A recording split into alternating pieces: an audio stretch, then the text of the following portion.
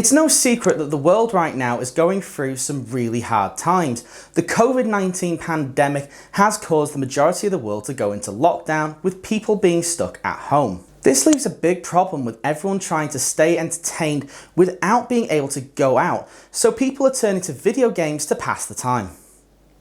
This got me thinking, what are the best video games to play when in lockdown? What games can take up enough time to help pass these months of isolation? And what games are worth revisiting if you just didn't have enough time before? So let's get into my top 10 lockdown games. This is Games to You.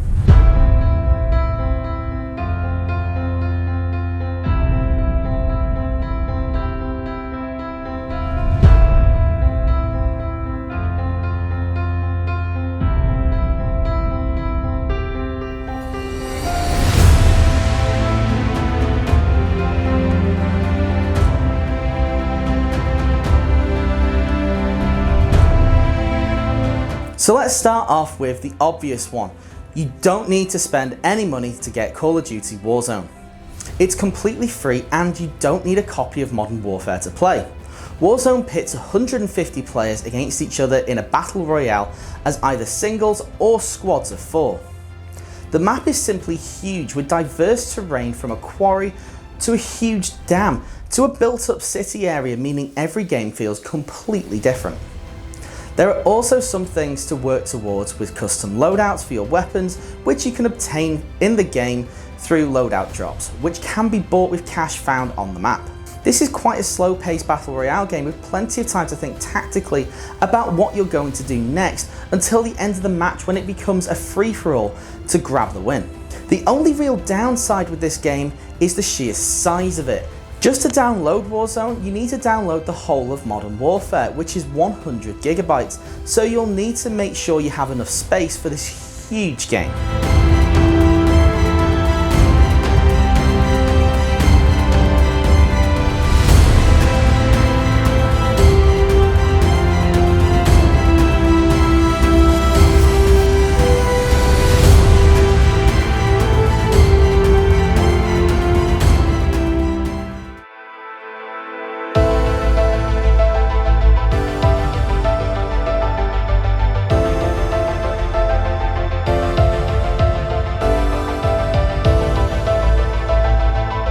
Now for a game for the PC crowd with Stellaris.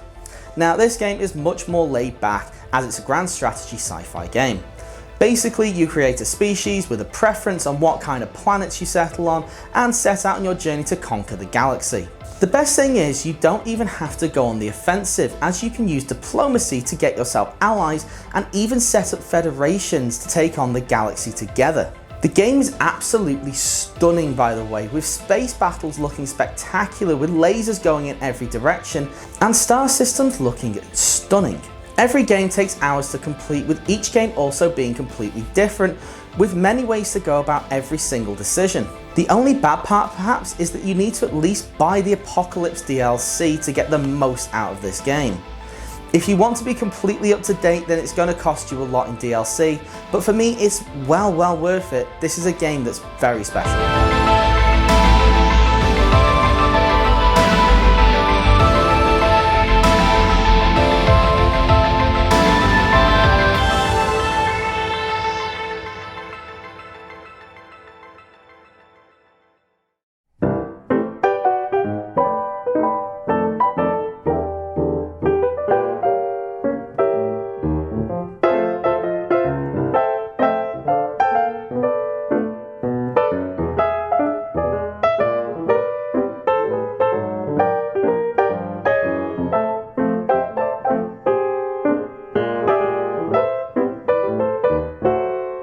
Now, this one might be a little bit controversial because it's not the newest game in the franchise, but let's be honest, Fallout 76 isn't really worth playing.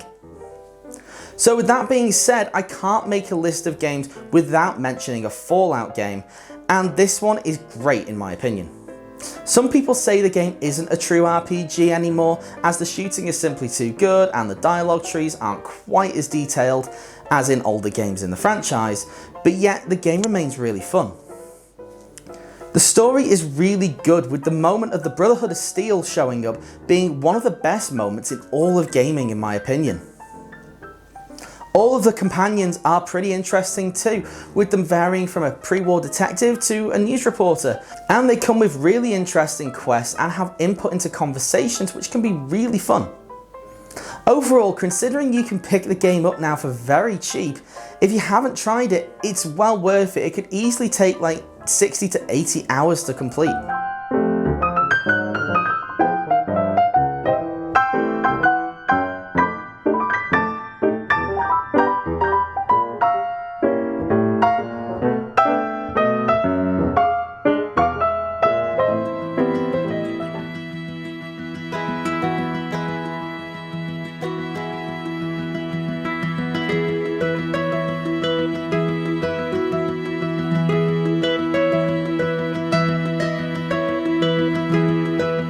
Well, here is another huge game that can take up to 80 hours to complete.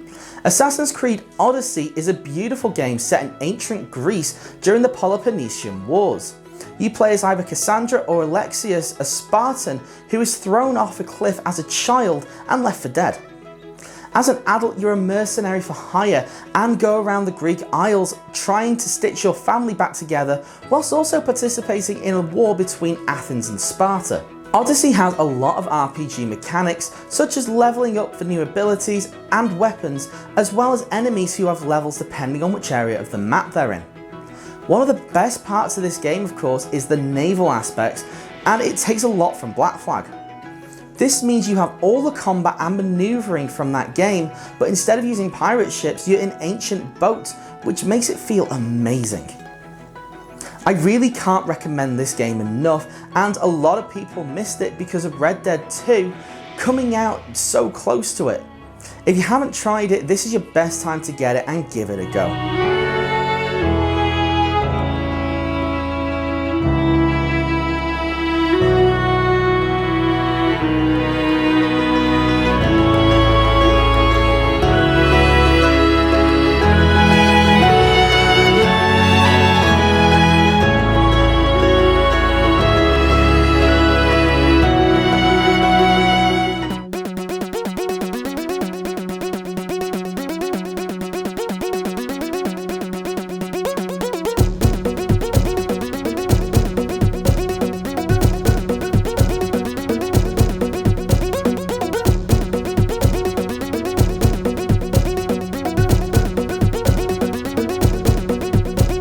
Well, I've already done a Games to You review on the latest Pokemon games, and my review still stands. These games are amazing in almost every way, and for lockdown, they're just perfect.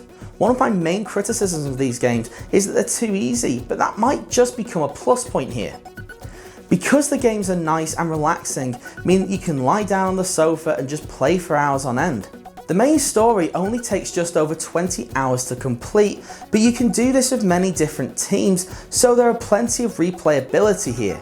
Also, after you complete the main storyline, there's still plenty to do with online raids and a battle tower, so all in all, this really is the perfect isolation game.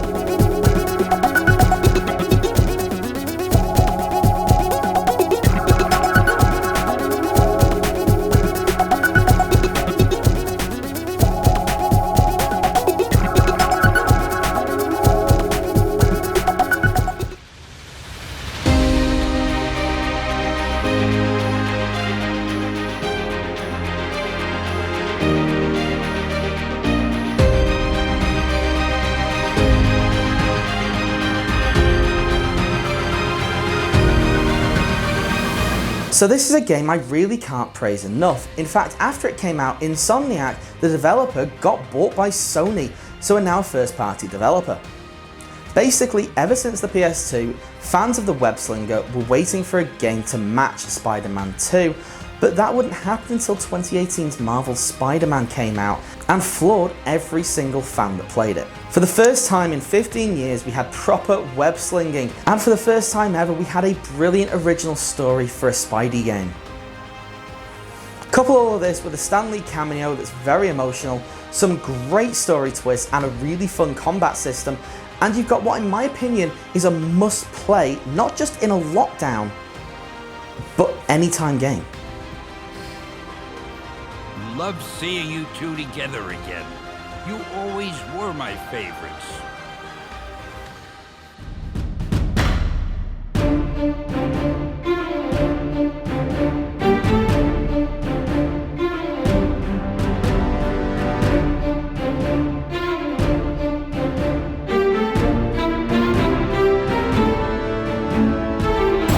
I'm really not sure that more needs to be said about this incredible franchise.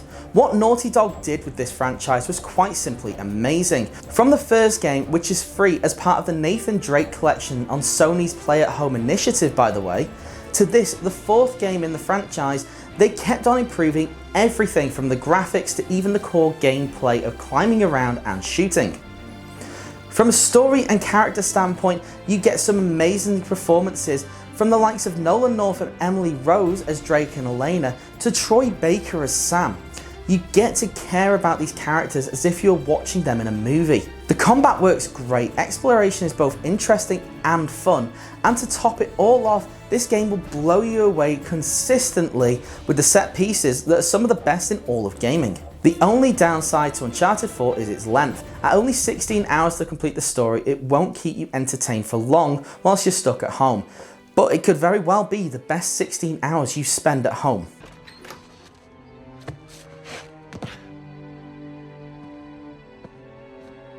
Sully? Know what I love about partying with a bunch of crooks? What's that? Nobody cares if you smoke indoors. It's been a while. Too long, boyo. You remember my dead brother, right? Victor?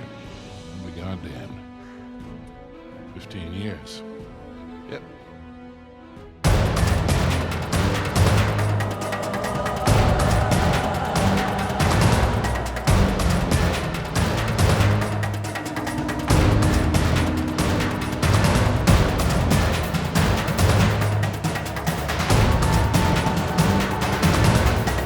So Days Gone is a really difficult one. I reviewed this last year in what was an awful video, and I apologise to anyone that used to watch me back then. It was bad. Playing as Deacon St. John, a biker in the northwest of America, trying to survive with his best mate Boozer. But back to the game, and I gave it a really hard time because of the amount of bugs and even stuttering in cutscenes. The thing is though, in the last year the game has had some patches that really fixes most of these problems, to the point that this game is now one I'd recommend to anyone in a heartbeat. The story is still pretty good, the world looks stunning, and the hordes of zombies are absolutely terrifying. This is a post-apocalyptic game that's well worth a try if you missed it first time around, or it's worth trying again if you couldn't get past the problems at launch.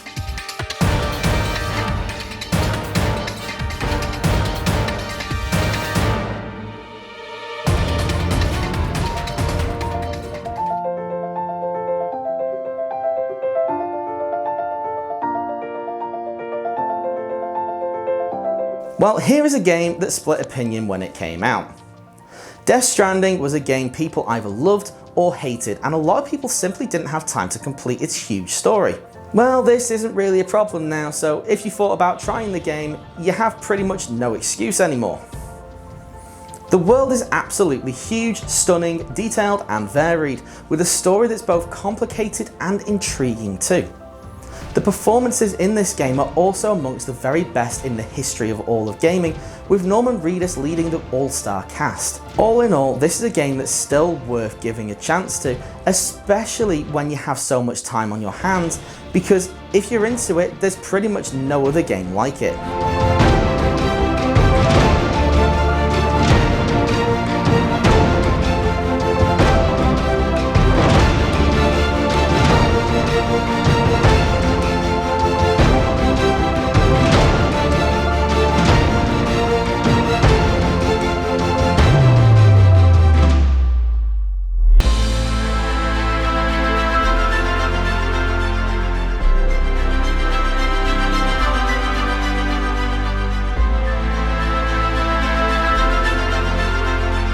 Now on to the big one, in fact the biggest game on this list. The Witcher 3 is simply huge, and if you count the 2 big expansions as well, the game can take well over 100 hours to complete. Now, the Netflix series only came out over Christmas, so the franchise is very much in the public eye right now. My point is, this game came out in 2015 and is still seen as the best open world ever made. The biggest problem with this game was always the size and depth, so with that problem not really being an issue anymore, this is the perfect time to try it out. The story of Geralt is truly spectacular, with twists and turns around every corner, as well as having really interesting characters and real depth. There really isn't too much point in trying to explain this game, because that would take a video all in itself, but see this as a Skyrim mixed with Game of Thrones. If you haven't tried it yet, then you can pick it up with the DLC for like 15 quid. So now go and try it. It'll take you a couple of weeks at least to finish it, and it'll make the lockdown go a lot quicker. So I would say go try it out. What's the worst that can happen?